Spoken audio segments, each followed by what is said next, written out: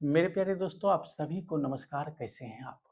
आज की इस क्लास में हम लोग सीखेंगे एक परफेक्ट स्क्वायर नंबर का स्क्वायर रूट निकालना। परफेक्ट स्क्वायर नंबर का अर्थ होता है पूर्ण वर्ग संख्या, मतलब ऐसी संख्या जिसका वर्गमूल एक प्राकृत संख्या हो। इस तरह के सवाल आपके एग्जाम में कभी कभार पूछे जाते हैं। ऐसे तो वर्गमूल निकालने के दो तरीके हैं, जिसमें एक भाग विधि और दूसरा गुणनखंड विधि है। लेकिन इन दोनों मेथड का यूज करके आप एग्जाम में परफेक्ट स्क्वायर नंबर का स्क्वायर रूट निकालते हैं तो काफ़ी समय लग सकता है।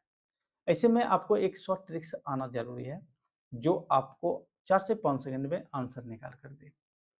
वर्गमूल निकालने के लिए आपको कुछ चीज़ें ध्यान में रखना है, जैसे 1 से 9 तक का वर्ग। यदि आप इतना चीज़ ध्यान में रखते हैं तो आप एक परफेक्ट स्क्वायर नंबर का स्क्वायर रूट आसानी से निकाल पाएंगे। इसे हम लोग एक एग्जाम्पल से समझते हैं। जैसे यदि आपसे कहा जाए कि बताइए 529 का वर्गमूल क्या होगा। आपको जिस किसी भी संख्या का वर्गमूल निकालना हो, उस संख्या के इकाई के अंक को देखना है। 529 का इकाई का अंक 9 है। अब थोड़ा सा बेसिक समझते हैं। जिस परफेक्ट स्क्वायर नंबर का इकाई का अंक 9 हो, इकाई का अंक 9 हो, उसके स्क्वायर रूट यानी वर्गमूल का जो इकाई का अंक होगा वह क्या होगा?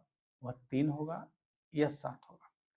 मतलब ऐसी संख्या जिसके वर्ग का इकाई का अंक 9 है, उसके वर्गमूल का इकाई का अंक जो होगा वह 3 या 7 होगा। ऐसी संख्या जिसके वर्गमूल, ऐसी संख्या का मतलब हो, कहने का मतलब है ऐसी परफेक्ट स्क्वायर नंबर जिसके इकाई का अंक 9 है, उसके वर्गमूल का जो इकाई का अंक होगा वह 3 या 7 होगा।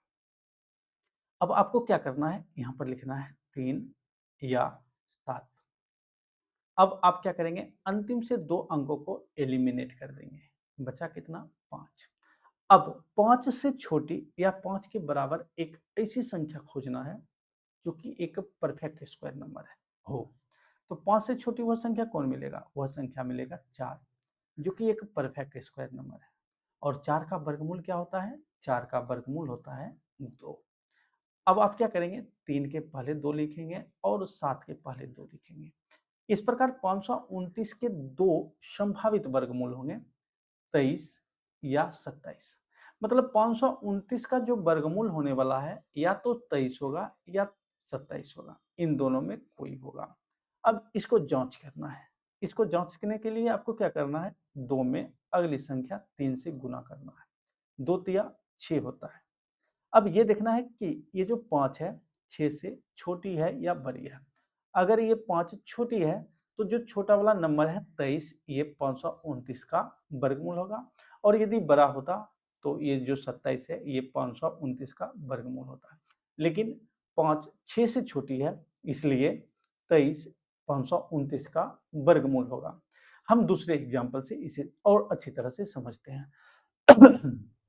जैसे आपसे कहा जाए कि बताइए 1369 का वर्गमूल क्या होगा? 1369 का वर्गमूल क्या होगा? तो आपको क्या देखना है? अंतिम के अंक को देखना है। अंतिम का अंक क्या है? 9 है। तो जिस संख्या के, जिस परफेक्ट स्क्वायर नंबर के इकाई का अंक 9 है, उसके वर्गमूल का जो इकाई का अंक होगा वह 3 या 7 होगा। तो आप यहाँ लिखेंगे 3 या 7। अब आप अंतिम के 2 अंकों को एलिमिनेट कर देंगे। बचा कितना? 13। अब 13 से छोटी एक ऐसी संख्या देखना है जिसका वर्गमूल एक प्राकृत संख्या हो। मतलब एक परफेक्ट स्क्वायर नंबर खोजना है 13 से छोटी। तो ऐसी संख्या कौन सा है? ऐसी संख्या 9 है, जो कि एक परफेक्ट स्क्वायर नंबर है। और 9 का वर्गमूल कितना है? 9 का वर्गमूल 3 है।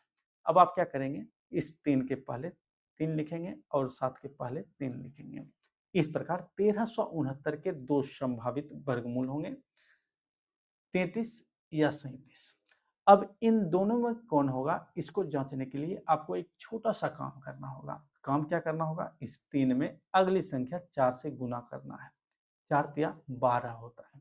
अब ये देखना है कि क्या 13 जो है वह 12 से छोटा है या बड़ा है? 13 12 से बड़ा है। तो ये जो बड़ा वाला नंबर है 37, ये हो जाएगा 1369 का वर्गमूल हो जाएगा। इस प्रकार 1369 का वर्गमूल 37 होगा। यदि यह 12 से छोटा होता तो हमारा जो आंसर आएगा वह 33 आएगा। इस तरह से आप आसानी से 4 से 5 सेकंड में निकाल लेंगे। चलिए कुछ और एग्जाम्पल से इसे बेहतर ढंगों से समझते हैं। जैसे यदि आपसे कहा जाए कि बताइए 1521 का वर्गमूल क्या होगा। इकाई का अंक कितना है? इकाई का अंक 1 है। तो इसके वर्गमूल का इकाई का अंक क्या होगा? इसके वर्गमूल का इकाई का अंक होगा 1 या 9। तो आप यहाँ लिखेंगे 1 या 9। अब आपको क्या करना है? अंतिम के 2 अंकों को एलिमिनेट कर देना है। बचा कितना? 15। अब 15 से छोटी ऐसी संख्या खोजना है जो कि एक परफेक्ट स्क्वायर नंबर हो, पूर्ण वर्ग संख्या हो। तो ऐसी संख्या होने वाला है 9। ऐसी संख्या क्या होने वाला है? 9 होने वाला है। और 9 का वर्गमूल क्या होता है? 9 का वर्गमूल 3 होता है। आप 1 के पहले 3 लिखेंगे और 9 के पहले 3 लिखेंगे। इस प्रकार 1521 के 2 संभावित वर्गमूल होंगे, 31 या 39। अब इन दोनों में कौन होगा, इसको जांचने के लिए एक छोटा सा काम करना है। क्या करना है? 3 में अगली संख्या 4 से गुना करना है। 4 तिया 12 होता है। अब ये देखना है क्या ये जो संख्या है रूट में 15 क्या 12 से बड़ी है या छोटी है? 12 से बड़ी है। तो ये जो बड़ा वाला नंबर है 39, यही हो जाएगा 1521 का वर्गमूल हो जाएगा। तो आप समझ रहे होंगे कि हमें ये देखना होता है कि यहाँ पर जो रूट में जो संख्या बचा है, यह संख्या यहाँ पर जांचने के लिए हमें क्या करना होता है? अगली संख्या मतलब जो यहाँ पर संख्या है 3 में अगली संख्या 4 से गुना किए हैं, 12 आया है। क्या यह संख्या 12 से छोटा है या बड़ा है? बड़ा है, तो बड़ा वाला आंसर होगा। यदि छोटा होता तो छोटा वाला आंसर होता। ठीक इसी प्रकार से यदि आपसे कहा जाए कि बताइए 2209 का वर्गमूल क्या होगा, आपको अंतिम के अंकों को देखना है, इकाई के अंकों को देखना है। इकाई का अंक क्या है? इकाई का अंक 9 है। इकाई का अंक 9 है। तो इसके वर्गमूल का इकाई का अंक क्या होगा? इसके वर्गमूल का इकाई का अंक होगा 3 या 7 होगा। तो आप यहाँ लिखेंगे 3 या 7 लिखेंगे। अब आपको अंतिम के 2 अंकों को एलिमिनेट कर देना है। अंतिम के 2 अंकों को एलिमिनेट कर देना है। बचा कितना? 22 बचा है। अब 22 से छोटी ऐसी संख्या खोजना है जो कि एक परफेक्ट स्क्वायर नंबर हो। तो ऐसी संख्या होने वाला है आपका 16। और 16 का वर्गमूल क्या होता है? 16 का वर्गमूल 4 होता है। तो आप 3 के पहले 4 लिखेंगे और 7 के पहले 4 लिखेंगे। इस प्रकार 2209 के 2 संभावित वर्गमूल होंगे, 43 या 47। अब इन दोनों में कौन होगा, इसको जांचने के लिए आपको छोटा सा काम करना होगा। छोटा सा काम क्या करना होगा? इस 4 में अगली संख्या 5 से गुना करना है। 4 में अगली संख्या 4 में 5 से गुना करना है। तो 4 पचे 20 होता है। 4 पचे 20 होता है। अब आपको ये देखना है क्या ये जो 20 है क्या इस 22 से छोटी है या बड़ी है? तो ऑब्वियसली छोटी है। तो ये 22 बड़ी है।